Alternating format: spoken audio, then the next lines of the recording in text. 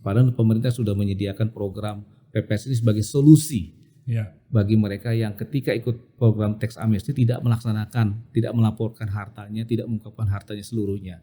Nah, atas harta yang tidak diungkapkannya, tidak dilaporkan tadi dan dia tidak ikut program PPS, maka akan dikenakan pajak untuk orang pribadi kurang lebih 90%. 30% adalah tarif PPh-nya, dendanya 200%, jadi 90%.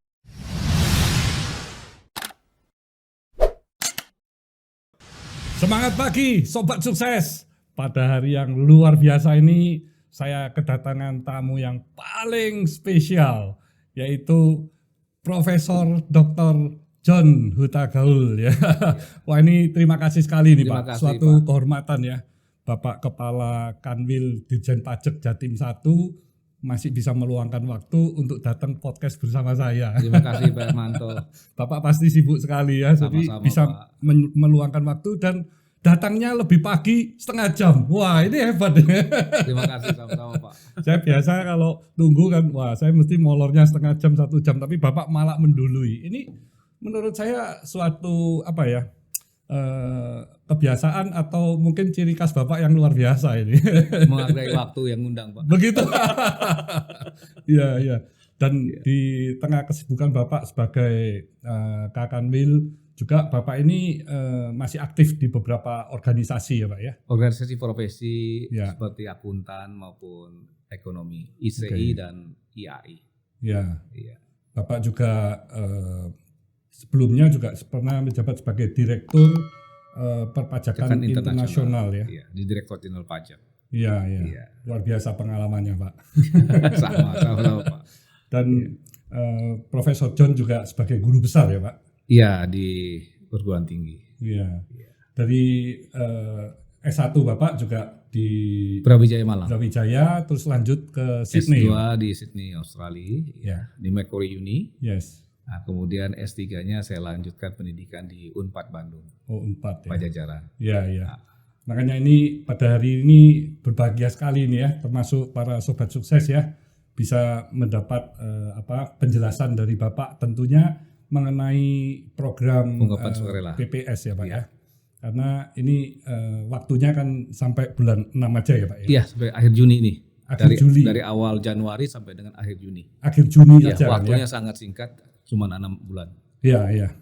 Ini ada beberapa pertanyaan Pak. Silakan Pak Hermanto. Dari para teman-teman pengusaha ya. Sobat sukses juga, ya. Juga dari para netizen sobat sukses ya. Iya. Makanya ini catatannya banyak sekali yang perlu ditanyakan. Tapi awal mungkin ini kalau dilihat dari pendapatan pajak tahun 2021 kan sangat menggembirakan ya Pak ya. Iya. Sudah melampaui target ya. Tercapai rencananya, realisasinya 100,85%. Wow, luar biasa. Iya. Ya harapannya tentu di tahun-tahun mendatang juga selalu mencapai ya Pak ya. Mungkin prestasi lagi tahun ini. Insya Allah ya. Insya Allah. Supaya dana bisa dipakai untuk hal-hal yang karena penerimaan pajak dari masyarakat ini kan digunakan untuk pembangunan. Untuk menjamin kesinambungan pembangunan nasional. Dan juga untuk membiayai program pemulihan ekonomi. Salah satunya adalah mengentaskan pandemi COVID-19. Ya, ini tentu luar biasa sekali tantangannya. Tapi Indonesia termasuk negara yang hebat sekali. Amin, ya, amin. Termasuk sekarang banyak ditiru nih oleh negara-negara lain ya. Termasuk Singapura ini. Ya, Pak, ini pertanyaan Pak ya. Apa yang dimaksud dengan program pengungkapan sukarela atau PPS ya? Jadi program pengungkapan sukarela atau juga sering disebut Voluntary Disclosure Program adalah pemberian kesempatan kepada wajib pajak ya, terutama yang pernah ikut tax amnesty kemarin tahun 2016 dan 2017 maupun bagi wajib orang pribadi ya untuk tahun pajak 2016 sampai dengan 2020 ya untuk melaporkan atau mengungkapkan kewajiban perpajakan yang belum dipenuhi. Jadi waktu dia ikut tax amnesty mungkin masih ada sebagian harta-hartanya yang kelupaan atau dia ragu dilaporkan dalam TA walaupun dia sudah ikut TA, atau mungkin orang wajib pajak orang pribadi yang ketika tahun 2016 sampai dengan 2020 masih ada penghasilan dia yang belum dilaporkan secara benar atau lengkap ketika menyampaikan SPT tahunan orang pribadi tahun pajak 2016 hingga 2020. Nah, ini bagi mereka yang kewajiban perpajakannya belum dipenuhi secara sesuai dengan ketentuan, maka ini kesempatan baginya untuk ikut program ungkapan sukarela ya dengan mengungkapkan harta-harta yang belum dilaporkan tadi ya secara sukarela dengan membayar PPh berdasarkan jumlah atau pengungkapan harta dalam program PPS ini. Ya. Nah, apa Pak yang melatar belakangi pemerintah untuk mengadakan program PPS ini? Jadi latar belakangnya pertama untuk memberikan kesempatan tadi Pak kepada para wajib pajak yang ketika mengikuti TA masih ada belum sempurna atau belum sesuai dengan ketentuan yang berlaku. Demikian juga mereka yang menyampaikan SPT tahunan orang pribadi masih belum lengkap penghasilannya yang dilaporkan. Ini kesempatan mereka untuk melakukan perbaikan dengan cara metode yang sederhana dengan cukup mengungkapkan harta-harta mereka yang mereka peroleh misalnya ketika mengikuti tax amnesty atau katakan pasca tax amnesty tahun 2016 sampai dengan tahun 2020 ya. Tentu yang kedua selain memberikan kesempatan, yang kedua tentunya selain memberi kesempatan adalah pemerintah memberikan pengurangan sanksi PPh maupun penghapusan sanksi bagi mereka yang ikut program pengungkapan sukarela. Dan yang berikutnya tentunya pemerintah mengharapkan setelah wajib pajak ini mengikuti program PPS, kedepannya dia kepatuhannya akan semakin membaik. Karena apa? Karena masa lalunya sudah diselesaikannya. Ya di bidang perpajakan melalui program PPS. Dan selanjutnya tentunya bagi pemerintah dengan dia mengikut PPS maka diharapkan ini akan memberikan tambahan penerimaan dan juga memperluas basis pemajakan. Dan yang terakhir tentunya ini juga akan mendorong kegiatan perekonomian karena salah satu persyaratan bagi wajib pajak yang ikut program PPS untuk mendapatkan tarif yang murah ya maka dia katakan aset yang di luar negeri dia bisa repatriasi di Indonesia untuk menggerakkan ekonomi di Indonesia ataupun katakan untuk mendapatkan tarif yang paling rendah dia bisa menginvestasikan pada sektor-sektor usaha tertentu seperti misalnya sektor hilirisasi maupun renewable energy dan juga bisa menempatkan pada surat-surat berharga milik negara. Jadi diharapkan program PPS ini selain memberikan kesempatan bagi wajib pajak untuk membereskan permasalahan perpajakannya di masa lalu juga untuk mendorong kegiatan perekonomian di Indonesia di tengah masa pandemi COVID-19. Ya. Tapi kan ini Pak ada pemikiran juga terutama dari para wajib pajak ini Pak ya. Ini sudah ada TA1 terus ada PPS ini juga terkenal dengan TA2. Nah, apa di kedepannya ini juga akan ada lagi nih program-program tax amnesty lanjutan gitu Pak. Karena kalau masih mempunyai harapan-harapan wah ini nanti setelah 1, 2 ada yang ketiga, keempat dan seterusnya kan itu dari sisi salah satu sisi kan juga akhirnya tidak mendidik wajib pajak untuk melaporkan dengan benar kan Pak ya? Benar. Jadi program ini namanya bukan program tax amnesty. Ini program pengungkapan sukarela. Jadi kalau para pengusaha atau wajib pajak mengatakan ini jilid 2 itu silakan saja. Tetapi memang ini adalah kesempatan mungkin menurut saya ini yang terakhir, last call ya bagi kita semua wajib pajak termasuk saya untuk dapat memanfaatkan kesempatan ini. Otherwise ya kita harus mengikuti ketentuan umum yang berlaku. Sebagai contoh misalnya Pak Hermanto, mereka ikut TA kemarin. Ya, katakan dia punya aset yang belum dia laporkan 1M, katakan berupa rumah. Ya. Dan dia tidak ikut program PPS. Padahal pemerintah sudah menyediakan program PPS ini sebagai solusi bagi mereka yang ketika ikut program tax amnesty tidak melaksanakan, tidak melaporkan hartanya, tidak mengungkapkan hartanya seluruhnya. Nah, atas harta yang tidak diungkapkannya, tidak dilaporkan tadi dan dia tidak ikut program PPS, maka akan dikenakan pajak untuk orang pribadi kurang lebih 90%. 30% adalah tarif PPh-nya. Dendanya 200%. Jadi 90%. Jadi nanti kalau ditemukan aset itu, maka sisanya 10%, Pak. Ya, harta apapun ya Pak ya, nggak, Iya. nggak hanya rumah ya Pak Uang ya. tunai, rumah, Uang kendaraan, tunai, emas, dan sebagainya. Ya, yang tidak dilaporkan Yang di tidak SPT lepas. ya. Ini solusi sebenarnya. Ya, ya. Maka saya bilang tadi last call. Ya, ya. Nih wajib pajak atau para sobat sukses, Sukses. Prof John sudah omong ini last call ini ya. Jadi manfaatkanlah PPS ini dengan benar ya.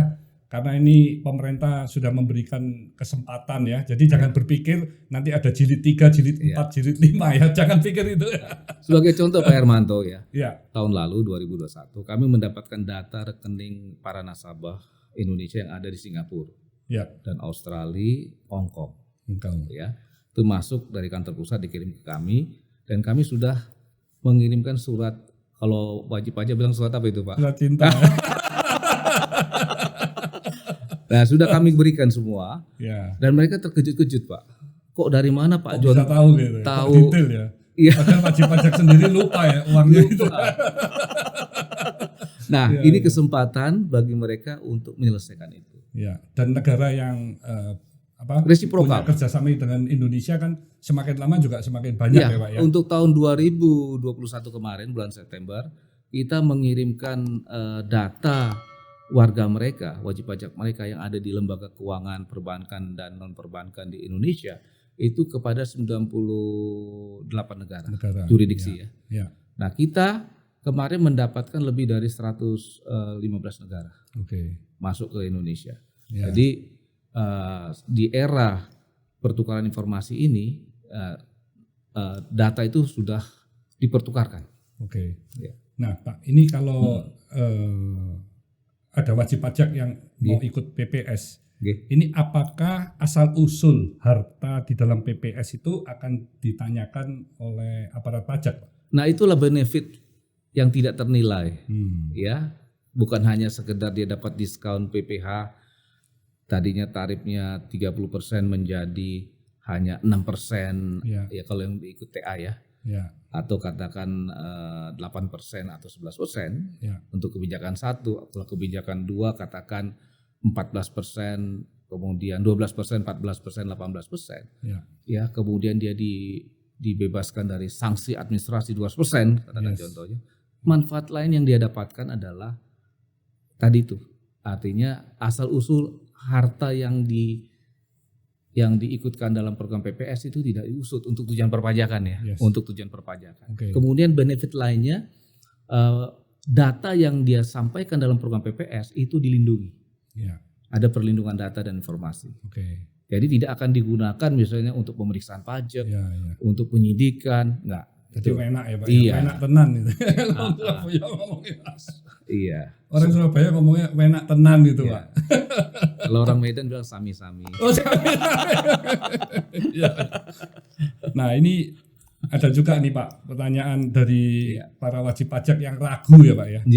Dan ada kekhawatiran juga atau ketakutan kalau PPS ini merupakan jebakan bagi wajib pajak. Nah ini bagaimana Iya. pandangan dari Itu Prof John ya? pandangan yang keliru. Pemerintah sangat serius ya, Ya. sangat sayang ya kepada Ya. warganya, kepada para pembayar pajak. Betul. Jadi jangan terulang lagi kesalahan ketika ikut TA yang lalu. Ya, Ya, saya yakin selain lupa terlalu banyak harta, lupa mengikutkan semuanya dalam Ya. program teks amnesti, mungkin ada sebagian juga yang ragu. Jangan-jangan ini jebakan Batman, jangan-jangan nanti kalau saya ikut TA, harta saya ungkapkan, saya laporkan, ya, nanti ditanya asal usulnya dan sebagainya. Nah, ini terbukti tidak terjadi. ya, Ya, dan ini di program pengungkapan sukarela ini pun silakan. Ini kesempatan, misalnya contoh kita mendapatkan hibah dari orang tua, warisan dari orang tua. Kalau kita ragu asal usulnya ikutkan PPS. ya. Supaya lebih aman ya Pak. Iya, kalau ragu ya. Ya, Namanya juga program sukarela ya. ya, ya. Karena masih banyak orang yang pegang uangnya ini miliaran ya, bahkan puluhan, ratusan, tapi masih merasa pede kalau maksudnya aparat pajak itu tidak Iya. akan tahu gitu ya. Iya. Ya, Iya, harus benar-benar Iya. dimanfaatkan lah ya, ini Last kesempatan. call. Last call. Last call. Iya, iya. Nah Pak, Iya. bagaimana ini mekanisme pelaksanaan dan persyaratan untuk ikut program pengungkapan sukarela ini, Pak? Iya, jadi program pengungkapan sukarela ini kan ada 2 kebijakan. Kebijakan satu ini memang diperuntukkan untuk mereka yang pernah ikut TA, Ya, tax amnesty. Jadi PPS ini solusi, tarifnya juga lebih murah ya, ya, Pak, solusi bagi mereka. Tarifnya itu yang paling tinggi itu adalah 11% bagi mereka yang punya aset di luar negeri. Kalau Ya. katakan aset itu termasuk trust. Ya. Kalau dia punya trust di Singapura, Trust pun bisa ketahuan ya Pak nanti ya. dalam pertukaran informasi keuangan ini sangat terbuka, Pak. Apalagi Indonesia, DJP, Kementerian Keuangan dengan IRAS Singapura itu kita punya hubungan yang sangat erat. Ya. Jadi Banyak yang punya keyakinan gini resiprokal. Pak, trust saya ini sudah melewati beberapa negara. Jadi bukan hanya satu negara gitu ya. Jadi pakai si A, nanti A kasih B, B kasih Iya, C. iya. Padahal itu ujung-ujung uang saya juga, tapi Iya. putar-putar gitu. Nah, Mana bisa tahu itu? kita Dari ada aparat regulasi pajak ini. namanya Control Foreign Company. Ya, Jadi akan ketahuan ya akan Pak. ketahuan, Ya. ya, akan ketahuan, ya. Oke. Kemudian tadi kan itu kebijakan satu. Ya. Nah, kebijakan satu untuk peserta TA, Jadi itu wajib pajak badan dan perorangan. orang pribadi, iya. Dua bisa itu Pak, ya? Bisa. Yang Betul. penting mereka pernah ikut TA. Ya. Sedangkan kebijakan kedua ini Hanya hanya perorangan. untuk orang pribadi, Oke. ya, untuk menyelesaikan permasalahan pelaporan SPT tahunan dia mulai tahun 2016 sampai 2020, yang mana mungkin mereka lupa melaporkan seluruh penghasilannya. Nah, syaratnya mereka harus punya NPWP, Ya. menyampaikan SPT tahunan 2020. Ya, nah, itu syaratnya. Ya. Ya, jadi bagi mereka yang mau ikut kebijakan 2 maka itu harus dipenuhi syarat-syarat. Ya. Simpel kan Pak syaratnya, ya memang itu suatu keharusan sudah ada. Dan proses aplikasi untuk ikut program PPS itu dilakukan dengan online, media online. Oh, ya. Nggak perlu datang kantor pajak, Ya. cukup dengan mengaplikasi DJP online. Iya, Luar biasa. iya. Jadi sangat sederhana ya, dan sesuai dengan situasi kondisi pandemi COVID-19 ini. Jadi dibuat melalui media online semua. Luar biasa Pak ini. Iya. Ini terobosan ini. Iya, iya. Nah, ini ada pertanyaan lagi Pak. Apakah jika tidak pernah melapor SPT boleh mengikuti PPS? Boleh. Ini Asal sudah kesempatan. punya NPWP ya Pak ya? Ya, kalau belum punya NPWP ya daftarkan dulu, kan bisa pakai online juga NPWP sekarang. Ikut daftarkan NPWP terus ikut Dengan online. PPS. Iya. Oke. Daftarkan NPWP secara online, Ya. dapatkan NPWP dulu, kemudian masukkan SPT tahunan 2020. Oke. Udah boleh ikut. Langsung bisa ikut Iya. PPS ya Pak. Boleh ikut PPS. Ya.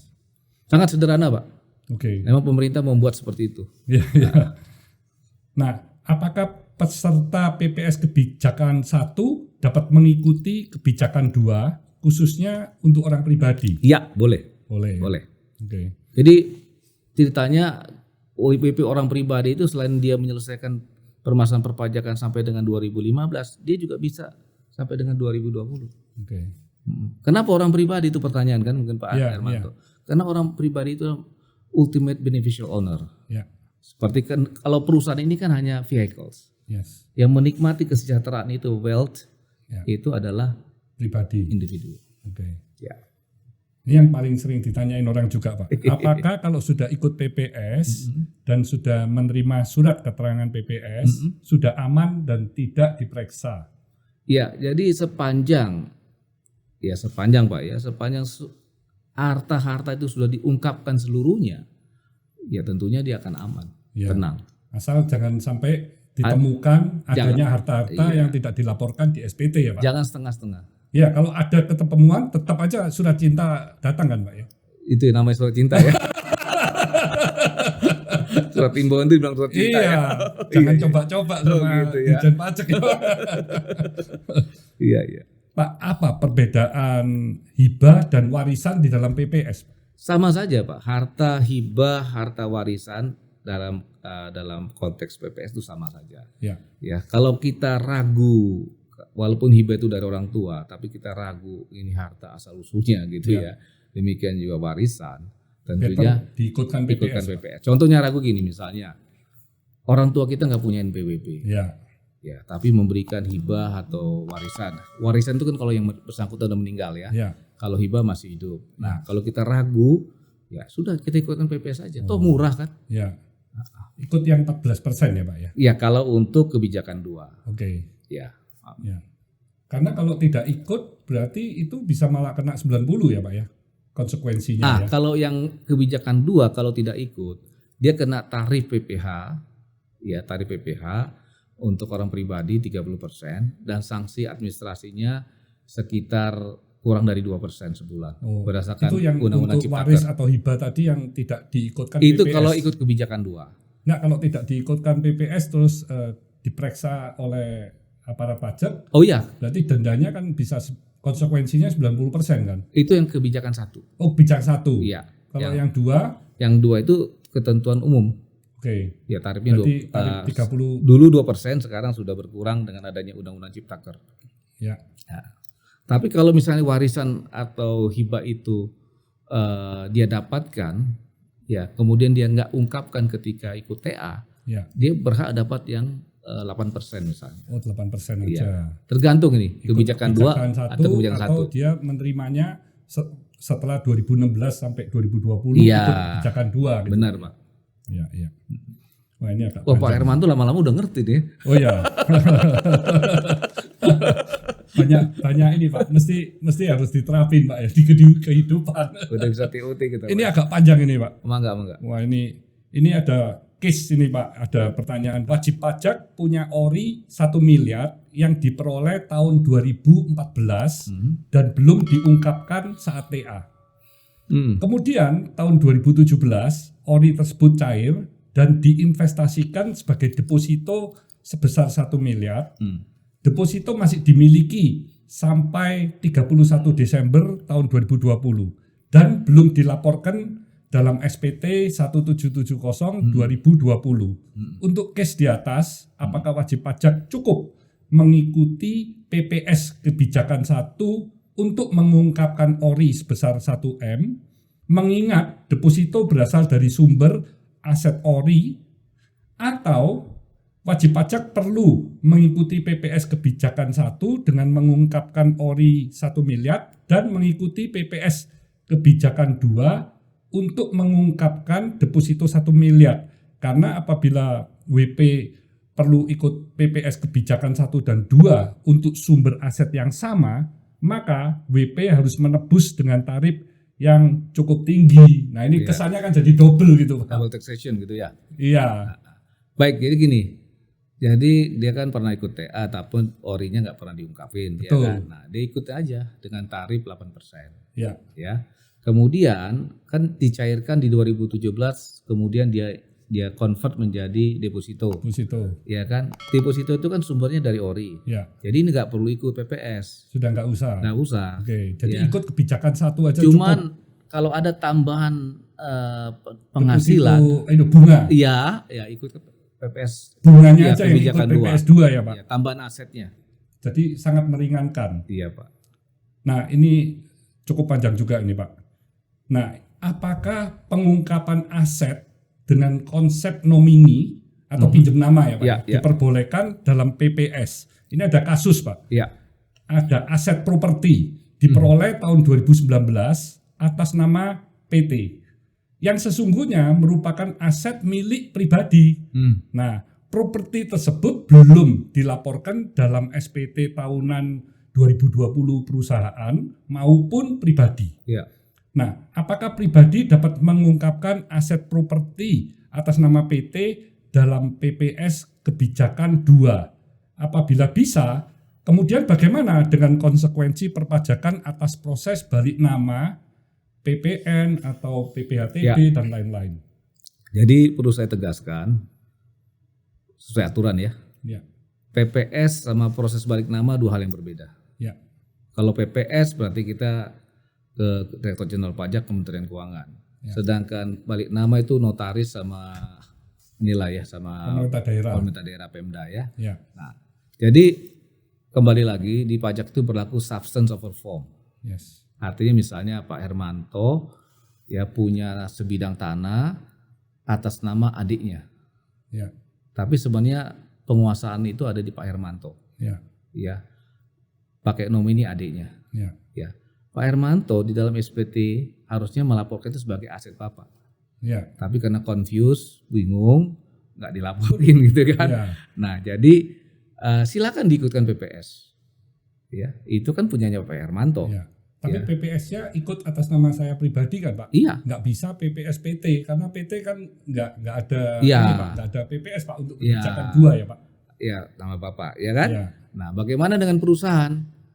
Ya, tentunya kan harta yang dipakai perusahaan yang tidak dilaporkan oleh perusahaan maupun Bapak tadi, itu kan secara nyata digunakan oleh perusahaan. Ya. Ya kan? Ya. Nah, itu kan sudah Bapak declare sebagai harta Bapak. Ya. Ya kan? Ya. Ya tentunya Bapak bisa masukkan tuh ke perusahaan melalui inbreng. Inbreng. Ya, Oh, melalui bisa, Pak, ya. Ya, Jadi bisa. pribadi inbreng ke perusahaan. Kan boleh dong. Ya, supaya tidak kena PPH sama PPN ya, Pak. Lah itu kan memang aset Bapak, Ya, ya. dipakai oleh perusahaan. Oke. Di perusahaan dipakai tapi tidak dicatat sebagai fixed asset. Oke. Oke.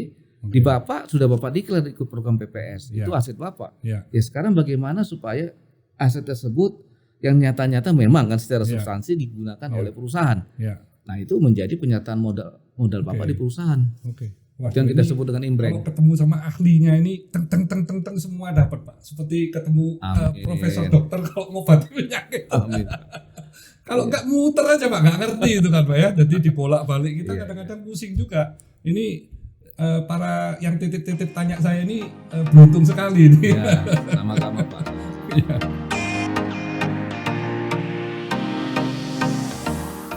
Ya, jadi dengan diterbitkannya Undang-Undang Harmonisasi Peraturan Perpajakan, Undang-Undang Harmonisasi, Undang-Undang Nomor 7 Tahun 2021 yang kemarin, ya itu diatur mengenai UMKM itu untuk peredaran bruto sampai dengan 500 juta Ya. itu tidak dikenakan pajak. Tidak dikenakan. Iya.